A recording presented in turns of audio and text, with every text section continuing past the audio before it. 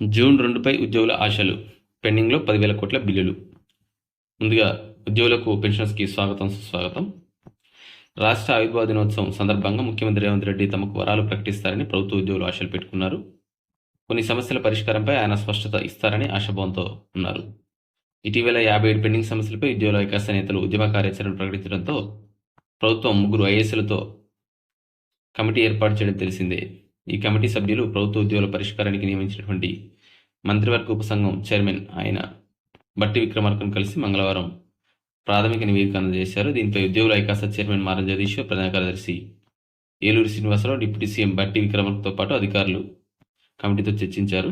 తొలి 3 ప్రాధాన్యాంశాలుగా pending bill విడుదల చేయడం, ఉద్యోగుల ఆరోగ్య పథకం అమలు, డిఏలు ప్రకటించడంపై ప్రభుత్వం దృష్టి సారించినట్టు తెలుస్తూ ఉంది. జూన్ 2న ఒక డిఏను ప్రకటించే అవకాశం ఉన్నట్లు సమాచారం. మరో డిఏను ఆగస్టులో ఇవ్వాలని సర్కార్ భావిస్తూ ఉంది. 10,000 కోట్ల వరకు పెండింగ్లో ఉన్నటువంటి బిల్స్ని విడుదల వారీగా విడుదల చేయాలని ప్రభుత్వం నిర్ణయానికి వచ్చినట్టు తెలుస్తూ ఉంది.